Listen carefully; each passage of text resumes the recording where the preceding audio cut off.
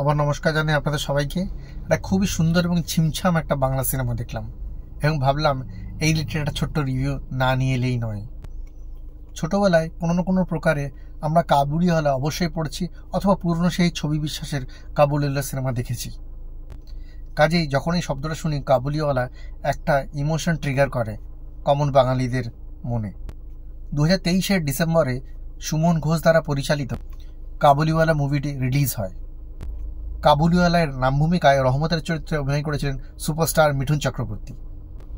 মিনির চরিত্রে অনুমেঘা কাহালি, সোহিনী সরকার মিনির মা এবং আবির চ্যাটার্জি, অরবিন্দ মুখার্জি মিনির বাবা। মেইন স্টারকাস্ট বলতে এই 3-4টি, এর বাইরে কাঞ্চন মল্লিক, সুমিত সমাদ্দার তারাও আছেন, কিন্তু এই 3-4 জনই পুরো সিনেমাটাকে টেনে নিয়ে গেছে। IMDb rating 7.6 and Amazon rating 4.2 out of 5, outstanding ratings. Hoichoi OTT প্ল্যাটফর্মটি available আছে। বাড়ির কচি কাচাতে নিয়ে বসে দেখার মতো একটা সিনেমা। এবার গল্প প্রসঙ্গে আসি।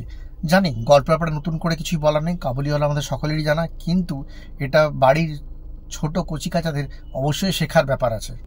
কিভাবে একটা মানুষের সম্পর্ক গড়ে ওঠে, বন্ধুত্বের, ভালোবাসার, মায়ার এবং টানের। এই সিনেমাটি তাদেরকে, বাচ্চাদের অবশ্যই দেখান, তাদের মনের মধ্যে মূল্যবোধ গড়ে উঠতে বাধ্য। পরিচালক হিসেবে সুমনবাবু 1965 সালের অস্থির কলকাতার সিনারি চিত্রটা তুলে ধরার চেষ্টা করেছেন।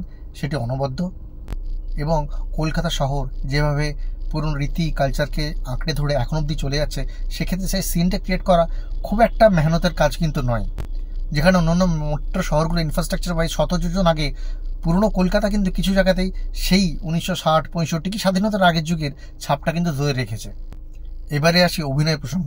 অবশ্যই মিঠুন চক্রবর্তী সুপারস্টার, আমরা জানি, তার অভিনয়ের ব্যাপারে কিছু কথা বলার ধৃষ্টতা আমার নেই। অনবদ্য, আউটস্ট্যান্ডিং, তুলনাহীন এইরকম অভিনয় আপনি আপনার জীবনে খুব কম জায়গাতেই দেখেছেন। আমি বলবো এটা one of the best acting of Mithun Chakraborty সোফার।